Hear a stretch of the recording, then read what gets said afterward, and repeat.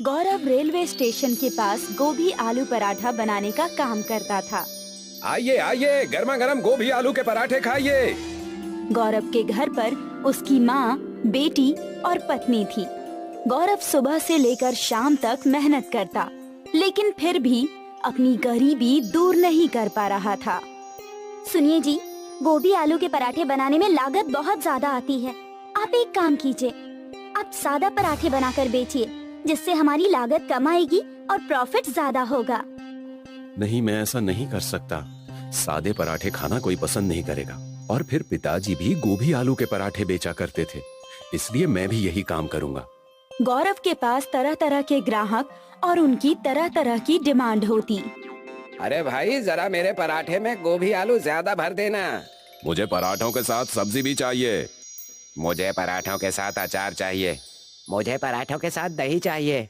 गौरव कभी कभी ग्राहकों की डिमांड सुनकर परेशान हो जाता था। अगर आपको पराठे के साथ सब्जी चाहिए तो उसके अलग से पैसे देने होंगे। मैं अलग से पैसे नहीं दूंगा।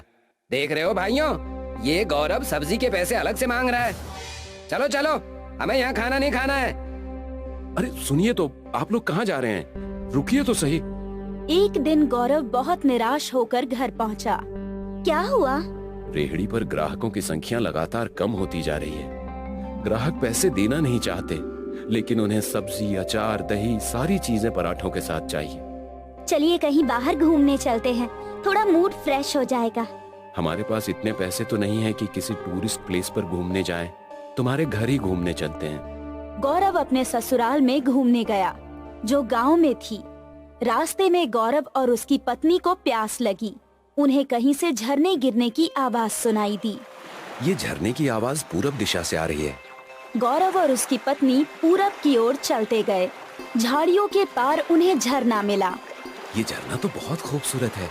गौरव और उसकी पत्नी ने जी भरकर पानी पीकर प्यास बुझाई और हाथ पैर भी धोए। जब वे चलने के लिए तैयार हुए तो उन्हें किसी के कराहने की आवाज सुनाई दी।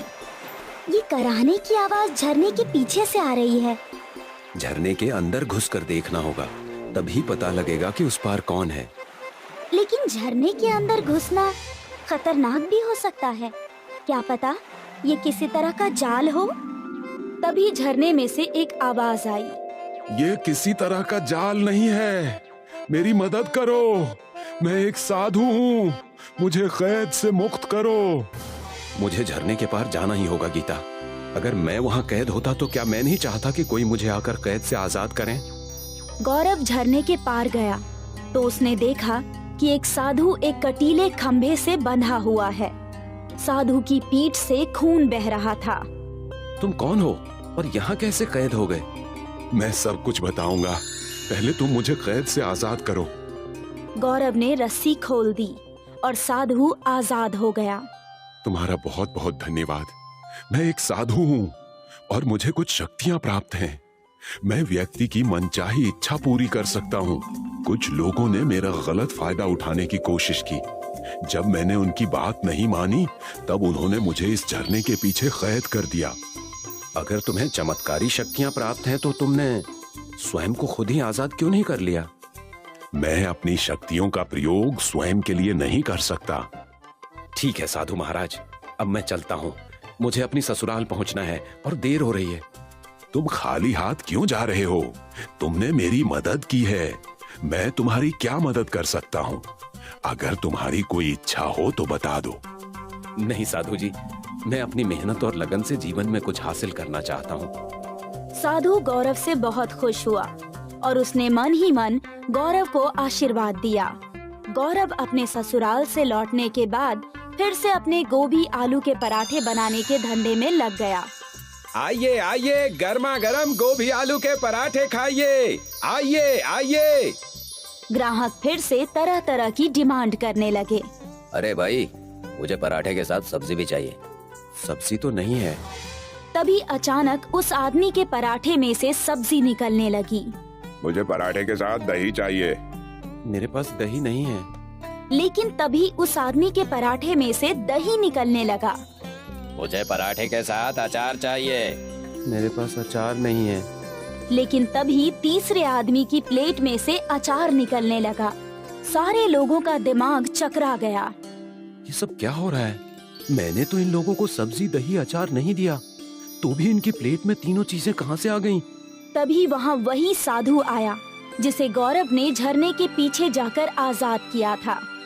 बेटा जरा 2 पराठे लगा देना, सब्जी, दही और अचार के साथ। इतना कहकर साधु अदृश्य हो गए। गौरव समझ गया कि ये सारा चमत्कार उस साधु की वजह से हो रहा है। गौरव की रेहड़ी पर लोगों की भीड़ लग गई। सभी पराठे खाने के लिए वहाँ टूट पड़े। वे पराठे के साथ सब्जी, दही, अचार और जो भी मांगते वही पराठों में से निकलने लगता और थाली में आ जाता। गौरव ईमानदारी से सिर्फ पराठों के पैसे लिया करता। कुछ ही दिनों में गौरव लखपति बन गया। गौरव ने सबको सच सच बता दिया कि ये चमत्कार एक साधु की वजह से हो रहा है, जिसे गौरव ने झरने के पीछे के कैद से मुक्त किया था। वे साधु झरने के पास ही ध्यान में लीन होकर तपस्या करने लगे। गौरव के बराबर में दीपक नाम का एक आदमी ठेला लगाता था। दीपक भी पराठे बेचा करता था। दीपक ने सोचा कि अगर वो भी गौरव की तरह वरदान प्राप्त कर ले तो वो भी जल्द ही अमीर हो जाएगा। दीपक गौरव के पास गया और उसने बातों बातों में वो जगह पूछ ली जहाँ झरना था। दीपक बंदूक लेकर साधु के पास पहुँच गया। तुम कौन हो और यहाँ क्यों आए हो? सुन बुढ़ऊ, मेरा नाम दीपक है और मैं गौरव के बराबर में रेहड़ी लगाता हूँ। तूने गौरव को वरदान देकर बहुत बुरा किया। तुम गलत समझ रहे हो। गौरव एक भला और मेहनती आदमी है। उसने मुझसे कोई वरदान नहीं मांगा था। मैंने तो उसे सदा सुखी रहने का आशीर्वाद भर दिया था। मेरे सामने ज्यादा बड़बड़ मत कर बुड्ढे। चुपचाप मुझे भी लखपति बनने का आशीर्वाद दे, वरना बंदूक से तेरा भेजा उड़ा दूंगा। इस तरह आशीर्वाद प्राप्त नहीं किया जाता है। लगता है तू ऐसे नहीं मानेगा। दीपक ने साधु की गर्दन पकड़ ली और उसकी गर्दन को दबाते हुए बोला, जल्दी आशीर्वाद दे, वरना मैं तेरा काम तमाम कर दूंगा। ठीक है, मैं तुझे आशीर्वाद देता हूँ। दीपक ने लौटकर बहुत खुश होकर अपनी रेहड़ी लगाई। दीपक ने जब ग्राहकों को प्लेट में पराठे रखकर दिए तो प्लेट में पराठों के ऊपर सांप बिलबिलाने लगे। जितनी बार भी दीपक ने प्लेट पर पराठा रखा, हर बार परिणाम वही हुआ। लोगों ने दीपक के पराठे बिल्कुल खाने छोड़ दिए। अब सारे ग्राहक गौरव की रेहड़ी पर जाने लगे और गौरव ने देखा कि ग्राहकों की संख्या बहुत बढ़ गई है, तो गौरव ने 2 नौकरों को रखकर एक रेस्टोरेंट खोल लिया और इस तरह अपनी मेहनत और लगन के भरोसे पर खुशहाल जी